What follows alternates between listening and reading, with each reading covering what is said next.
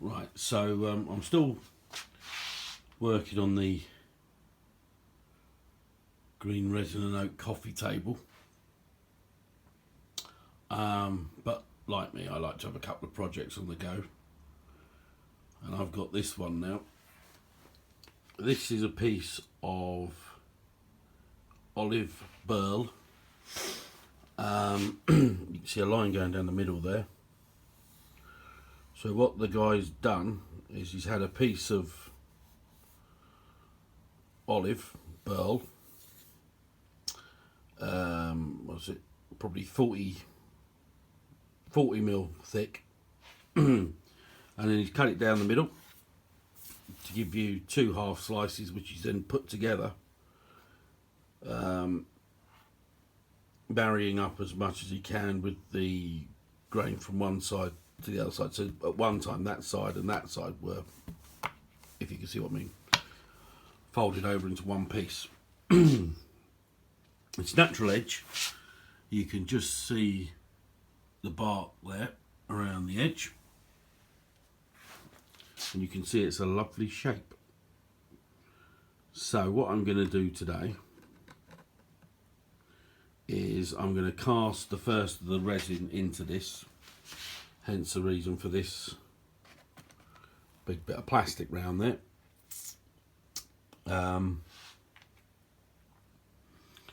The idea is that I cast resin just around here, and as you can see there's a blob of silicone there and a blob of silicone there, which hopefully will stop the resin coming past that point and that point. So you'll have the natural edge here on this bottom half, and around the top half you'll have the resin. I've siliconed this piece of wood underneath to the acetate, which is on the top of the board here, otherwise it would stick like shit to an army blanket. And then when that's set, I'll have to turn the whole thing over. I'm not too convinced that the join here is going to be strong enough to hold its own weight once it's a finished board. So I'll turn the whole thing over. I'll cast another layer of probably clear resin on the other side. It's pointless wasting any pigment for a coloured resin on the back. Plus it'll cover up the grain on the back too much. Don't know what else there is to say about this. So hopefully this will work. I'm not saying this will work, but hopefully it will. So yeah, so I'll just get the resin cast in that half today, and then at some later date, maybe tomorrow, I'll turn it over. I'll get some clear resin set on the back, which will give it a lot of stability and it won't crack. And then, as usual, it'll be down to sanding. This board's quite, as I've run my hand over it, I can feel a few lumps and bumps in it, which I'll take out when I sand it. And once I've got the clear cast on the back and the coloured cast up there, I'm going to bring some acetate from that point there and that point there. As you can see with my little rough sketch, it's not a very good sketch, but it's rough, freehand, not necessarily where I'm going to have it. I'll have the acetate coming down here, and I'll cast a handle onto there. Hopefully that will, legs are gone. Hopefully that will allow a little bit of resin to flow in there. You can see where he's joined it. He's put probably, I'd say, a 10 mil deep channel on both sides. He's probably used the table saw to do that. And then there's a bit of wood inside, which is slotted together. But obviously once I've got the clear cast on the back, which will stop it coming apart, and then I'll get the handle cast and get some resin flowing down in there. And then it'll be just a job of getting around to sanding it. But I think this, I mean, I saw this on eBay. I'm sorry, I've cheated on Kirk again with me wood purchases. But I saw this piece on eBay and I just couldn't resist it. It'll make a lovely little piece, I think. So that's my job for today, is to get that first part cast. I've got a really nice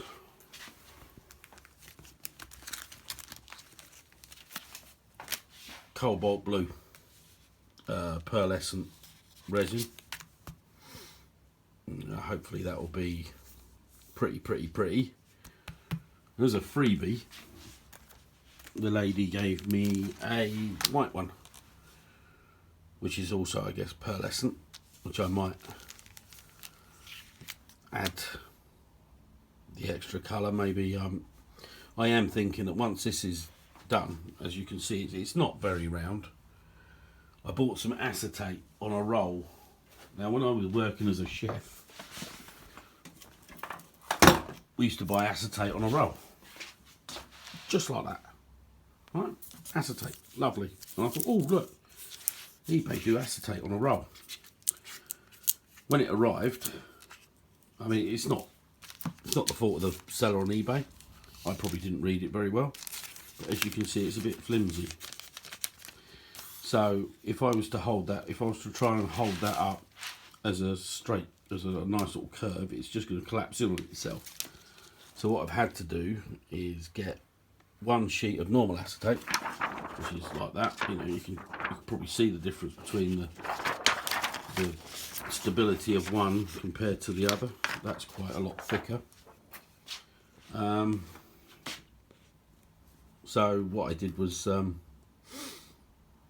cut up 3 strips of the thicker stuff and then sandwiched it between 2 sheets of the flimsy stuff. Now this will be great for lining moulds. It'll be easier to get into nooks and crevices on moulds, which I sometimes have problems with because the other acetate's too stiff. But for what I needed it for, it just wasn't going to be enough. It's a bit disappointing. So, as I was saying, yeah, so this is not very even, this curve. It's not even probably not even a proper curve. But I've got some polystyrene, which I'll mark out a nice smooth curve with. And hopefully I can make a mould to go from there and there all the way around in a nice smooth curve. Line it with some of the flimsy acetate. And then get some more cast on it so it looks a bit nicer. But that is for another day. Today I'm just marvelling at the beauty of this piece of olive wood. Did I say it was olive? I think I've already said it was olive. And the benefit of making a food board out of olive, there's a natural enzyme in olive which kills bacteria. So not only does it look beautiful, it's also practical.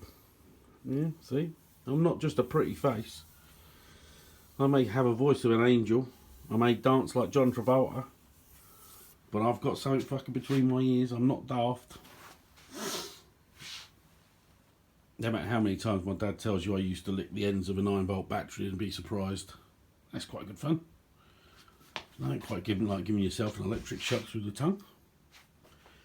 So, yeah, that's it for today. I'll just give you one last look over this beautiful piece of wood. You know, a bad day in the shed is better than a good day in the kitchen. All day long. All day long. Super. Right, so I'm currently down the shed. I've come down today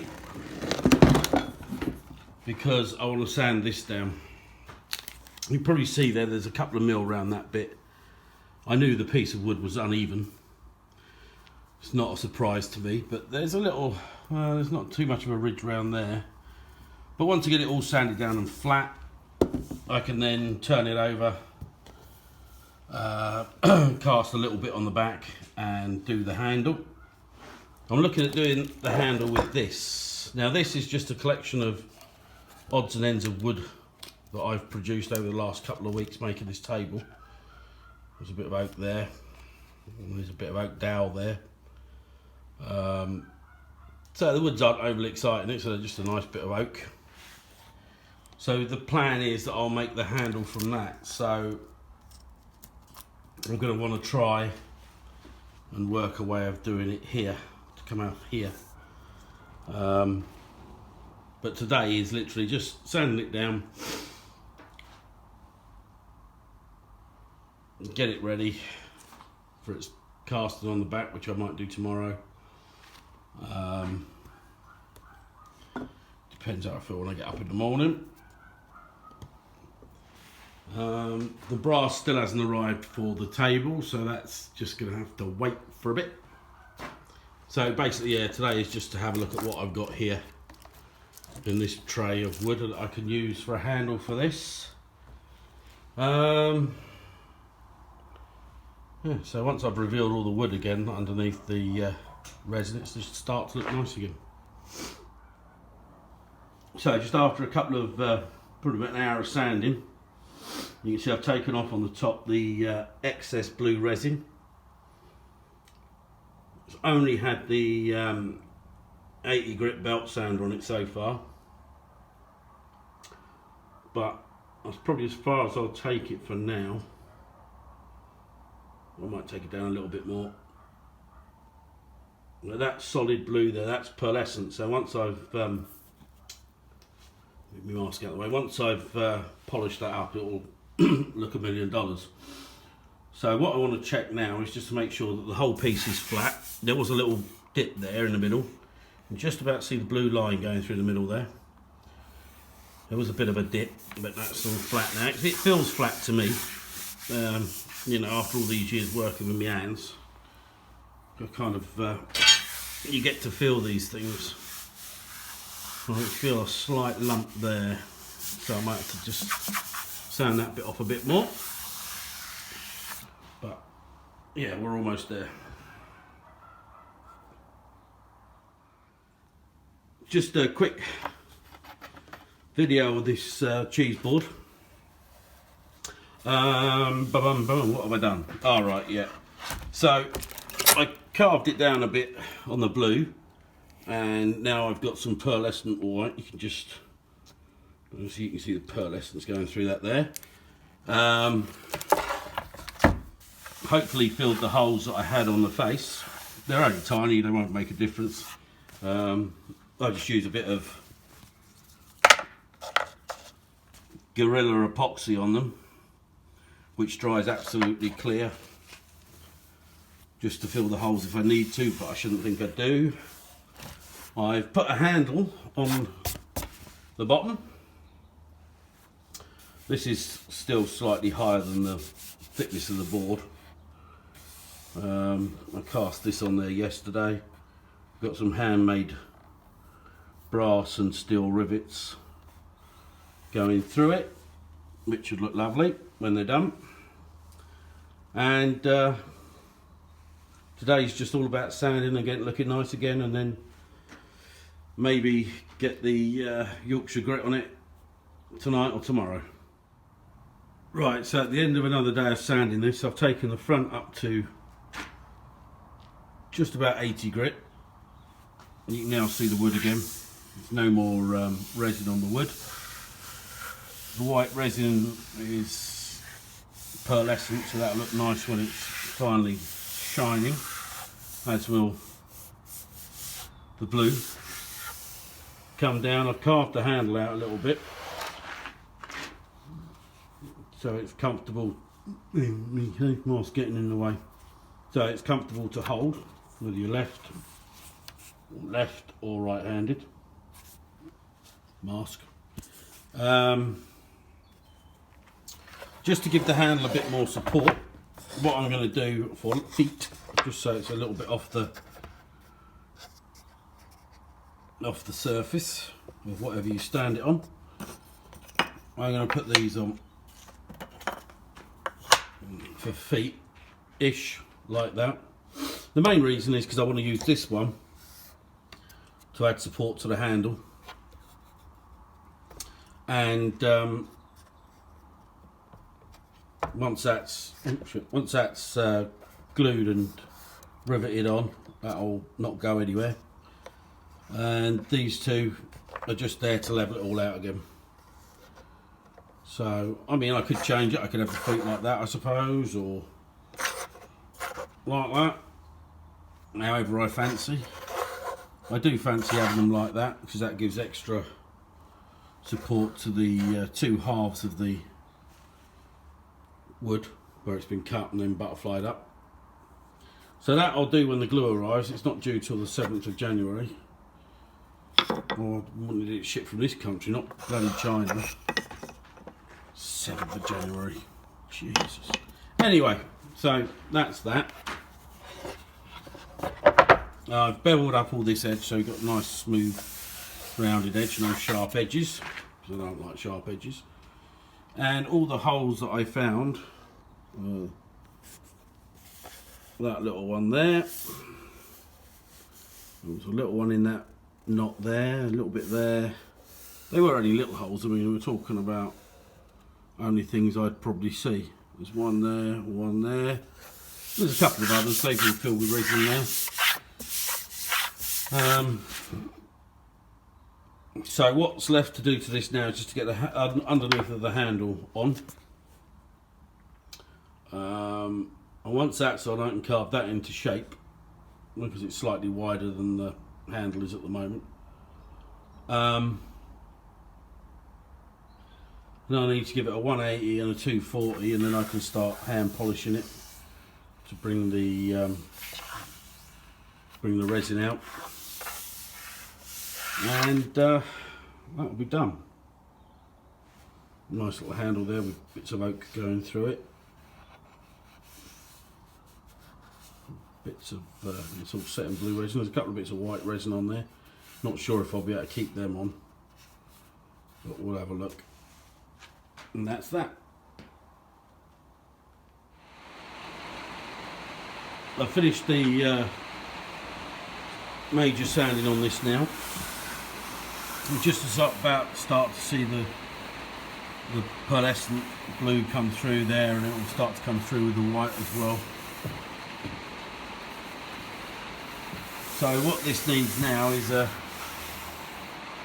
evening of fine sanding, which I'll do tonight. See how far it can get. It's starting to look nice.